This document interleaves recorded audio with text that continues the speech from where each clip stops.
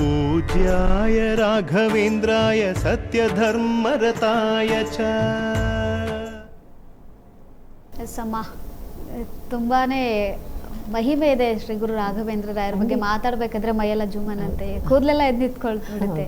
So ಇನ್ನೊಂದು ಹೇಳ್ಬೇಕಾದ್ರೆ ಮಂತ್ರಾಲಯಕ್ಕೆ ಹೋದ ತಕ್ಷಣ ಮಾಂಚಲಮ್ಮ ದೇವಿಯನ್ನ ಮೊದಲು ದರ್ಶನವನ್ನ ಮಾಡಬೇಕು ಅಂತ ಹೇಳ್ತಾರೆ. ಮೊದಲನೇದಾಗಿ ಮಂತ್ರಾಲಯಕ್ಕೆ ಹೋಗುವಂತ ಕೆಲವು ಭಕ್ತರು, ಎಲ್ಲ ಭಕ್ತರು ಮೊದಲು ಮಾಂಚಲಮ್ಮ ದೇವಿಯನ್ನ ದರ್ಶನ ಪಡೆದುಕೊಂಡು ಮಂತ್ರಾಲಯಕ್ಕೆ ಹೋಗ್ಬೇಕಂತಾರೆ.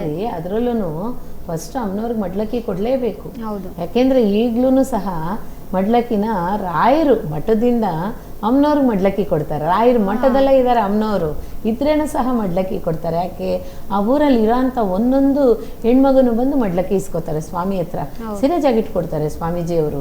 ಕಾರಣ ಎಷ್ಟೊಂದು ಭಾಗ್ಯ ಅಲ್ವೇ, ನನಗೂ ಸಿಗುತ್ತೆ, ವರ್ಷನೂ ನನಗೂ ಸಿಗುತ್ತೆ.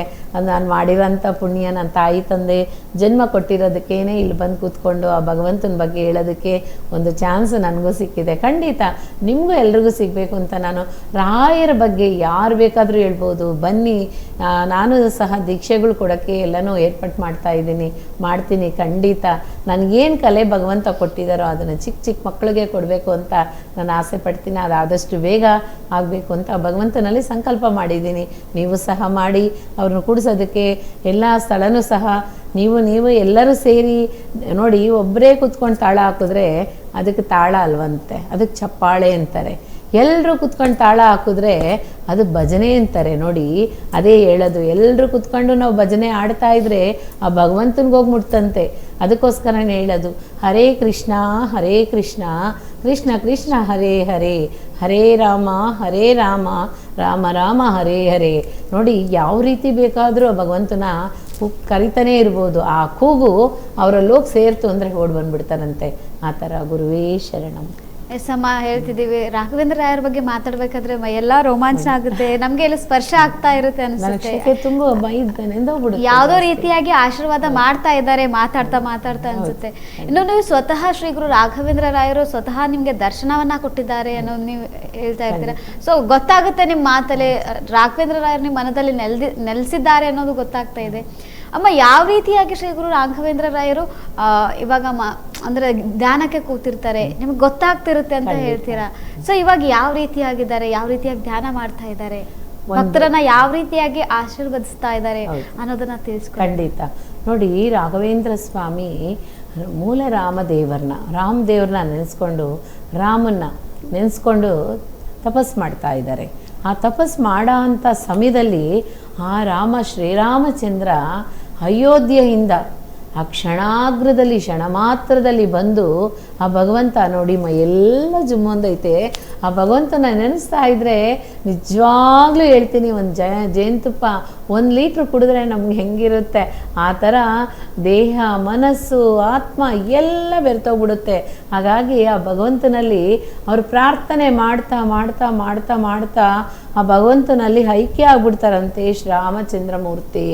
ಯಾಕೆ ಅಂತಂದರೆ ರಾಘವೇಂದ್ರ ಸ್ವಾಮಿ ಅಂದ್ರೇ ಅಷ್ಟು ಪಂಚಪ್ರಾಣ ಅಂತೆ ನಾರಾಯಣನಿಗೆ.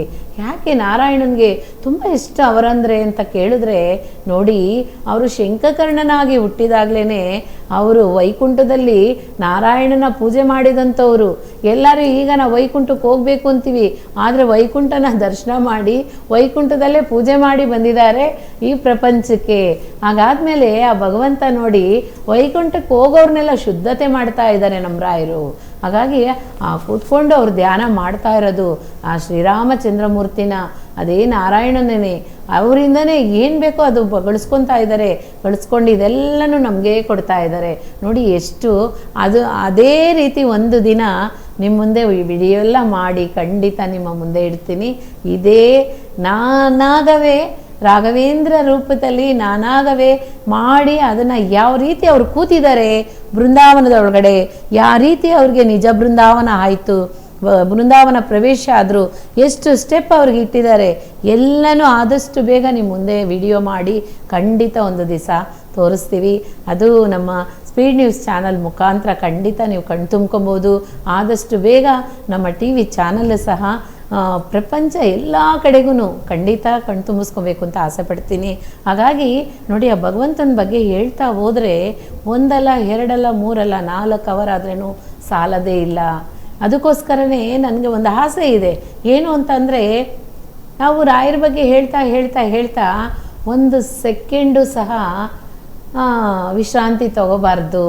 1 ಸೆಕೆಂಡು ಅದನ್ನು ನಿಲ್ಲಿಸಬಾರ್ದು, ಹೇಳ್ತಾನೇ ಇರಬೇಕು 2 hours. ಅದಕ್ಕೆ ಯಾವ ಕಾರಣಕ್ಕೂ ಸರಿ ನಮ್ಮ ಕಣ್ಣೋಟ ಬೇರೆ ಕಡೆಗೆ ಹೋಗಬಾರ್ದು, ಮನಸ್ಸು ಅಲೆ ಮೋದಬಾರ್ದು, ಈ ಥರ ಯಾವ ಕಡೆಗೂ ಆಶ್ಲೇಷಣೆ ಆಗಬಾರ್ದು.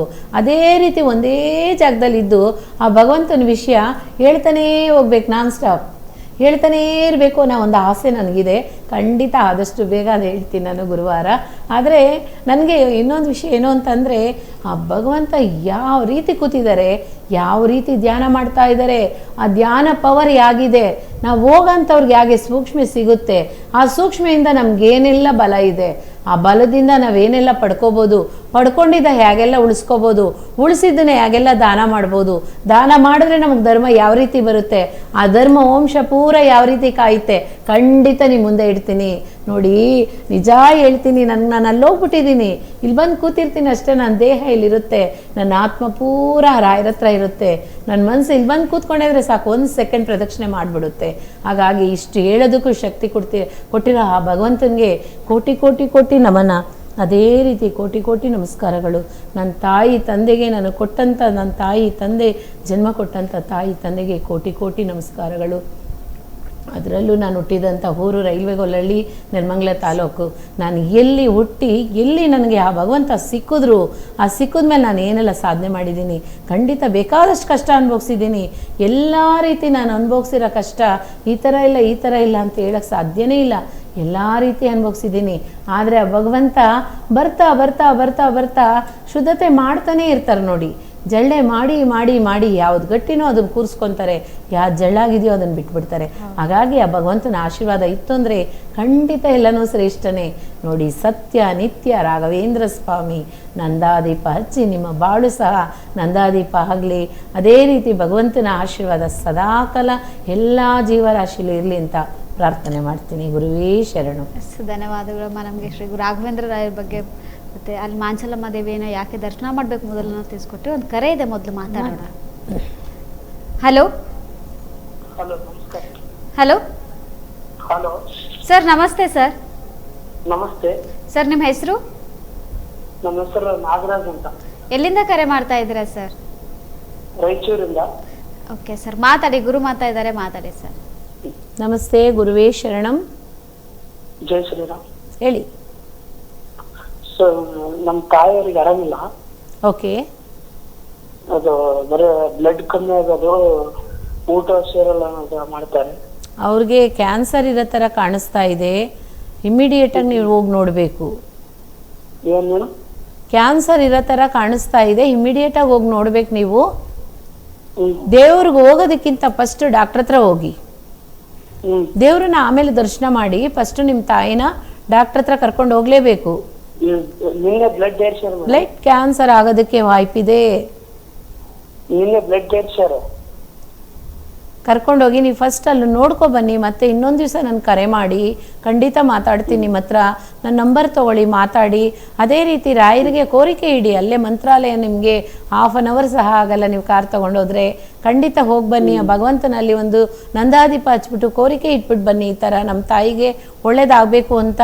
ಆ ರಿಸಲ್ಟ್ ನಿಮಗೆ ಯಾವ ಕಾರಣಕ್ಕೂ ಪಾಸಿಟಿವ್ ಆಗಿಬಿಡಬಾರ್ದು. ಬಿ ಕೇರ್ಫುಲ್ಲಾಗಿರ್ಬೇಕು ನೀವು. ಖಂಡಿತ ಇಮ್ಮಿಡಿಯೇಟಾಗಿ ಕರ್ಕೊಂಡೋಗಿ. 3 days ಒಳಗಡೆ ಕರ್ಕೊಂಡೋಗ್ಬೇಕು ನೀವು. 3 days ಒಳಗಡೆ ಕರ್ಕೊಂಡೋಗ್ಬೇಕು. ಕ್ಯಾನ್ಸರ್ ಇದೆ ಆ ತಾಯಿಗೆ, ಕರ್ಕೊಂಡೋಗಿ ಫಸ್ಟ್ ತೋರಿಸಿ. ಆ ಭಗವಂತ ಒಳ್ಳೇದು ಮಾಡಲಿ. ನಾನೂ ಸಹ ಸಂಕಲ್ಪ ಮಾಡ್ಕೊತೀನಿ. ನಿಮಗೆ ಧೈರ್ಯ ಎಲ್ಲನೂ ಕೊಟ್ಟು ಆ ಭಗವಂತ ಕಾಪಾಡಲಿ ಅಂತ ಪ್ರಾರ್ಥನೆ ಮಾಡ್ತೀನಿ. ಗುರುವೇ ಶರಣು. ಧನ್ಯವಾದಗಳು ಸರ್ ಕರೆ ಮಾಡಿದ್ದಕ್ಕೆ. ಎಸ್ ಅಮ್ಮ, ಇವಾಗ ನೀವು ಪೂಜೆಯನ್ನು ಮಾಡ್ತಾ ಇದ್ದೀರಾ, ಶ್ರೀ ಗುರು ರಾಘವೇಂದ್ರ ರಾಯರನ್ನ ನೆನೆಸ್ತಾ ಇದ್ದೀರಾ. ನೀವು ಸ್ವತಃ ನೀವು ಮಾತಾಡ್ತಿರ್ಬೇಕಾದ್ರೆ ರಾಘವೇಂದ್ರ ರಾಯರೇ ಜೊತೆಗಿದ್ದಾರೇನೋ, ನಿಮ್ಮ ಜೊತೆ ಕೂತಿದ್ದಾರೆ ಅನ್ನೋ ಥರ ಮಾತುಗಳು ಕೇಳ್ತಾ ಇರ್ತೀವಿ. ಏನೋ ನೀವು ರಾಘವೇಂದ್ರ ರಾಯರ ಬಗ್ಗೆ, ಒಂದು ಪವಾಡಗಳ ಬಗ್ಗೆ, ಮಹಿಮೆ ಬಗ್ಗೆ ನಮ್ಗೆ ಹೇಳ್ತಾ ಇದ್ರೆ ಕೈಯೆಲ್ಲ ಜುಮ್ಮನತ್ತೆ, ಕೂದಲೆಲ್ಲ ಅಂದರೆ ಯಾವುದೋ ರೀತಿಯಾಗಿ ನಮಗೂ ಕೂಡ ರಾಘವೇಂದ್ರ ರಾಯರು ಸ್ಪರ್ಶವನ್ನು ಮಾಡ್ತಾ ಇದ್ದಾರಾ ಅನಿಸುತ್ತೆ. ಸೊ ಎಲ್ಲವನ್ನ ಹೇಳೋದಾದರೆ ನೀವು ಈ ಒಂದು ಅಯ್ಯೋ ಅವ್ರು ನೆನೆಸ್ಬಿಟ್ರೆ ನಿಜ ಹೇಳ್ತೀನಿ ನಾನು.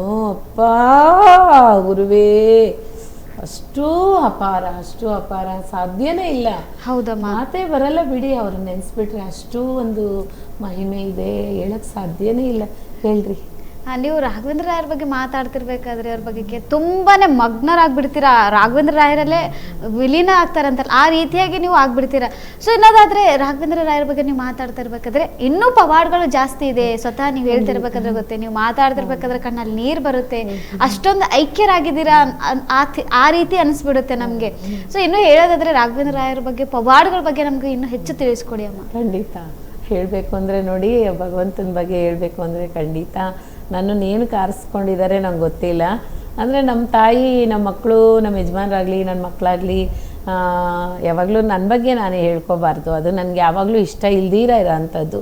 ನನ್ನ ಬಗ್ಗೆ ಒಂದು ದೊಡ್ಡದಾಗಿ ನಾನು ಹೇಳ್ಕೊಳ್ಳೋದು ಮತ್ತು ಇನ್ನೊಬ್ರ ಹತ್ರನೂ ತುಂಬಾ ನಾನು ಹೊಗಳ್ಕೊಳ್ಳೋದು ಅದು ಯಾವತ್ತೂ ನನಗೆ ಇಷ್ಟ ಆಗಲ್ಲ. ಇನ್ನೊಬ್ಬರು ನನ್ನ ಹತ್ರ ಹೇಳಬೇಕು ಏನಂತ, ಅಮ್ಮ ಈ ಥರ ನಾನು ಮಾಡ್ತಾ ಇದ್ದೀನಿ. ಅವ್ರ ಬಗ್ಗೆ ನನ್ನ ಹತ್ರ ಹೇಳುವಾಗ ನಾನು ತುಂಬ ಖುಷಿಯಿಂದ ಕೇಳ್ತೀನಿ. ಅದೆಂಥ ಮಗುನೇ ಹೇಳಲಿ, ದೊಡ್ಡವರಾಗಲಿ ಚಿಕ್ಕವರಾಗಲಿ, ಆ ವಿಷಯದಲ್ಲಿ ಸತ್ಯ ಇದೆ ಅಂದರೆ ನಾನು 1 ಅವರ್ ಆದ್ರೂ ಸಹ ಕೇಳ್ಕೊತೀನಿ. ಅದರಲ್ಲಿ ಸತ್ಯ ಇಲ್ಲ, ಸ್ವಲ್ಪ ಸಂಶಯ ಅವ್ರ ಮನಸ್ಸಲ್ಲಿ ಇದೆ ಅಂದ್ರೂ ಸಹ ನಾನು ಯಾವುದೂ ಕೇಳ್ಕೊಳ್ಳೋದಿಲ್ಲ. ಕಾರಣ ಏನು ಅಂತಂದರೆ ಗೊತ್ತಾಗ್ಬಿಡುತ್ತೆ ಮಾತಾಡುವಾಗಲೇ. ನೋಡಿ ಅದಕ್ಕೆ ಹೇಳೋದು, ಮಾತು ಆಡಿದ್ರೆ ಹೋಯ್ತು, ಮುತ್ತು ಹೊಡೆದ್ರೆ ಹೋಯ್ತು ಅಂತಾರೆ. ಯಾವಾಗಲೂ ಇದೆರಡನ್ನೂ ಜಾಗ್ರತೆಗೆ ನೋಡ್ಕೋಬೇಕು ಖಂಡಿತ. ಹೀಗಾಗಿ ಒಂದು ವಿಷಯ ಏನು ಅಂತ ಅಂದರೆ, ರಾಘವೇಂದ್ರ ಸ್ವಾಮಿ ಬಗ್ಗೆ ಹೇಳ್ತಾ ಹೋಗ್ತಾ ಇದ್ದರೆ, ನಮ್ಮ ತಾಯಿ ನನಗೆ ಅದು ಯಾವ ರೀತಿ ನಾನು ನಮ್ಮ ತಾಯಿ ಹೊಟ್ಟೆಲಿರುವಾಗ ಆ ತಾಯಿ ಏನೆಲ್ಲ ಪ್ರಾರ್ಥನೆ ಮಾಡಿದರು, ಎಷ್ಟು ಗುರುಗಳನ್ನ ಪೂಜಿಸಿದ್ದಾರೆ, ಎಷ್ಟು ಆ ಭಗವಂತನ ಪ್ರಾರ್ಥನೆ ಮಾಡಿಕೊಂಡು ಒಂದು ಮಗು ಹೊಟ್ಟೆಲಿ ಇರಬೇಕಾದ್ರೆ ಯಾವಾಗಲೂ ಆ ತಾಯಿ ಆದವಳು ಗೊತ್ತೇ ಇಲ್ದಿರನೇ ತನ್ನ ಹೊಟ್ಟೆ ಮೇಲೆ ತನ್ನ ಕೈ ಇಟ್ಕೊಂಡು ಆ ಮಗು ಜೊತೆಲಿ ಆಟ ಆಡ್ತಾ ಇರ್ತಾರಂತೆ. ಆಟ ಆಡುವಾಗ ಏನೋ ಒಂದು ಸ್ವರ್ಗಕ್ಕೆ ಹೋದಂಗೆ, ವೈಕುಂಠಕ್ಕೆ ಹೋದಂಗೆ, ಅದು ಹೇಳೋಕ್ಕೆ ಸಾಧ್ಯ ಇಲ್ಲ, ಅಷ್ಟೊಂದು ಅವ್ರಿಗೆ ಸಂತೋಷ ಇರುತ್ತಂತೆ. ಎಲ್ಲರೂ ಸ್ವರ್ಗಕ್ಕೆ ಹೋಗ್ತೀನಿ, ವೈಕುಂಠಕ್ಕೆ ಹೋಗ್ತೀನಿ ಅಂದರೆ ಅಯ್ಯೋ ಹಂಗೆ ಅನ್ಬೇಡ್ರಿ ಅಂತಾರೆ. ನಾನು ಹೇಳ್ತಾನೆ ಇರ್ತೀನಿ, ಕಾರಣ ನನಗೆ ಅಷ್ಟು ಆನಂದ ಇರುತ್ತೆ. ಯಾಕೆ ಅಂತ ಅಂದರೆ ವೈಕುಂಠದಲ್ಲೇ ನೋಡಿ ನಮ್ಮ ರಾಯರು ಹೋಗಿ, ನಮ್ಮ ರಾಯರ ಅವತಾರದಲ್ಲಿ ಶಂಕುಕರ್ಣನಾಗಿರುವಾಗ ಪೂಜೆ ಮಾಡಿ ಬಂದಿದ್ದಾರೆ. ಆ ವೈಕುಂಠ ಎಷ್ಟು ಶ್ರೇಷ್ಠ ಇರ್ಬೋದಲ್ವೇ. ನಮ್ಮ ರಾಯರೇ ಅಲ್ಲೇ ಇದ್ಮೇಲೆ ಇದ್ದು ಬಂದಿರ ನಮಗೆಲ್ಲ ಏನಂತೆ. ಹಾಗಾಗಿ ಅಷ್ಟು ನಾನು ರಾಯರಿರೋ ಅಂಥದ್ದೇ ನಾನು ಪ್ರಾರ್ಥನೆ ಮಾಡೋದು ಜಾಸ್ತಿ. ಹಾಗಾಗಿ ಅವರು ಪ್ರಾರ್ಥನೆ ಮಾಡ್ತಾ ನೋಡಿ ನಮಗೇ ಗೊತ್ತಿರೋದಿಲ್ಲ, ಎಷ್ಟೋ ಒಂದು ನಮ್ಮ ಮುಂದೆ ಏನೇ ಒಂದು ಹಣ ತಂದಿಟ್ರೇನೋ, ಏನೇ ಒಂದು ಸೊತ್ತು ತಂದಿಟ್ರೇನೋ ಆ ಸೊತ್ತಲ್ಲೂ ರಾಯರೇ ಇರ್ತಾರೆ. ಹಣದಲ್ಲೂ ಇನ್ನು ಇವತ್ತು ನಾನು ಹೇಳ್ತೀನಿ ಓಪನ್ ಆಗಿ, ನನಗೆ ಬೇಕಾದಷ್ಟು ನಮ್ಮ ತಾಯಿ ಸಂಪಾದಿಸಿಟ್ಟಿದ್ದಂಥ ಸೊತ್ತಿದೆ. ನಾನು ಇನ್ನೂ ಸಹ 1 ರೂಪಾಯಿ ಸಹ ನಾನು ತಗೊಂಡಿಲ್ಲ. ಕಾರಣ ಏನು ಅಂತಂದರೆ ಮಾರಿದ್ದಾರೆ, ನನ್ನ ಹೆಸರಲ್ಲೂ ಸಹ ಡೆತ್ ಸರ್ಟಿಫಿಕೇಟು ತಗೊಂಡಿದ್ದಾರೆ, ಎಲ್ಲ ಮಾರಿದ್ದಾರೆ. ಇವತ್ತು ಸಹ ನಮ್ಮ ತಂದೆಯವ್ರ ಸೈಡಿಂದ ಬಂದ ಪಿತ್ರಾರ್ಜಿತ ಸೊತ್ತು ಸಹ ಮಾರಿದ್ದಾರೆ. ಇನ್ನೂ ನಾನು ಸಿಗ್ನೇಚರ್ ಹಾಕಿಲ್ಲ. ಅವರು ನನ್ನ ಹೆಸರು ತಂದಿಲ್ವಾ ಭಗವಂತನಿಗೊಬ್ಬನಿಗೆ ಗೊತ್ತು. ಆದರೆ ಈ ಎಲ್ಲ ಮರ್ಮಗಳು ನಡೀತಾ ಇದೆ, ಆದ್ರೂ ನಾನು ಸಂತೋಷವಾಗೇ ಇದ್ದೀನಿ. ನನ್ನ ಹತ್ರ ಹಣ ಇದೆಯೋ ಇಲ್ವೋ ಬೇರೆ ವಿಷಯ, ನನ್ನ ಹತ್ರ ಸಂತೋಷ ಇದೆಯೋ ಬೇರೆ ವಿಷಯ, ಆದರೆ ದಾನ ಧರ್ಮ ಮಾಡ್ತಾನೇ ಇದ್ದೀನಿ. ಕಾರಣ ಏನು ಅಂದರೆ, ನನ್ನ ತಾಯಿ ಹೊಟ್ಟೆಲಿ ನಾನು ಇರುವಾಗ ಆ ಕೈನ 2 ಕೈಯನ್ನು ಇಟ್ಕೊಂಡು ನನ್ನ ಆತ್ಮಪೂರ್ವಕವಾಗಿ ಆಶೀರ್ವಾದ ಮಾಡಿದ್ದಾರೆ. ನನ್ನ ತಾಯಿ ತಂದೆ ಕೊಟ್ಟಂಥ ಈ ಪಾದೆನ, ಆಧ್ಯಾತ್ಮಿಕ ಪಾದೆಗಿಂತ ಈಗ ಹಣ ಎಲ್ಲ ಏನು ಮಾತ್ರ ಅಲ್ವರ. ಹಾಗಾಗಿ ಇವತ್ತಿನ ದಿವಸ ನೆನೆಸಿದ್ರೆ ಭಗವಂತ ಎಲ್ಲೋ ನಮ್ಮನ್ನು ಕೂಡಿಸಿರ್ತಾನೆ. ನೋಡಿ, ಸೊತ್ತು ಮುಖ್ಯ ಅಲ್ಲ, ಆಧ್ಯಾತ್ಮಿಕ ಶ್ರೇಷ್ಠ. ಯಾವತ್ತೂ ಆ ಆಧ್ಯಾತ್ಮಿಕನ ಯಾರು ಕಿತ್ಕೊಳ್ಳೋಕ್ಕೂ ಆಗಲ್ಲ, ಕೊಡೋಕ್ಕೂ ಸಾಧ್ಯ ಇಲ್ಲ. ಅದರಲ್ಲೂ ರಾಘವೇಂದ್ರ ಸ್ವಾಮಿ ಆಶೀರ್ವಾದ ಇತ್ತು ಅಂದರೆ ಸಕಲನೂ ನಾವು ಸಕ್ಸಸ್ ಮಾಡ್ಕೋಬೋದು. ಖಂಡಿತ ಎಲ್ಲರೂ ಚೆನ್ನಾಗಿರಬೇಕು, ಎಲ್ಲರ ಭಗವಂತನ ಆಶೀರ್ವಾದ ಎಲ್ಲರ ಮೇಲೆ ಇರಲಿ ಅಂತ ಪ್ರಾರ್ಥನೆ ಮಾಡ್ತಾ ಖಂಡಿತ ಗುರುವೇ ಶರಣಂ. ಪೂಜ್ಯಾಯ ರಾಘವೇಂದ್ರಾಯ ಸತ್ಯಧರ್ಮರತಾಯ ಚ